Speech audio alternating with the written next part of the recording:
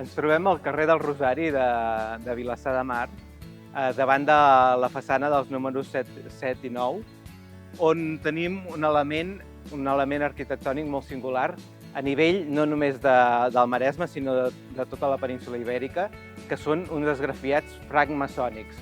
Són molt difícils de trobar aquests elements a la via pública, exposats a la via pública, i aquí darrere ja els veureu, si us acosteu a Vilassar de Mar i visiteu tot el casc antic, us podeu acostar aquí i els veureu molt desdibuixats, però encara podreu observar uns elements que són dos temples amb dos panons, amb un altar dels juraments i uns elements d'arquitectura del mestre masó.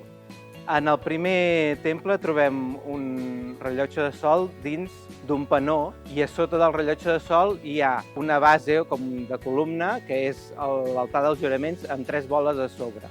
I en l'altre temple, dins, hi trobarem un nivell de plomada dels antics, no dels de bombolla, dels de plomada, que aguanta un regle amb un compàs i una escaire. Tot això aquí a Vilassar de Mar. Aquests esgrafiats no sabem qui els va encarregar, no sabem la seva autoria ni la família que els va encarregar, però es podrien relacionar segurament amb la família Carrau. La família Carrau de Can Francisco van ser els primers que van exportar la vinya a Sud-amèrica.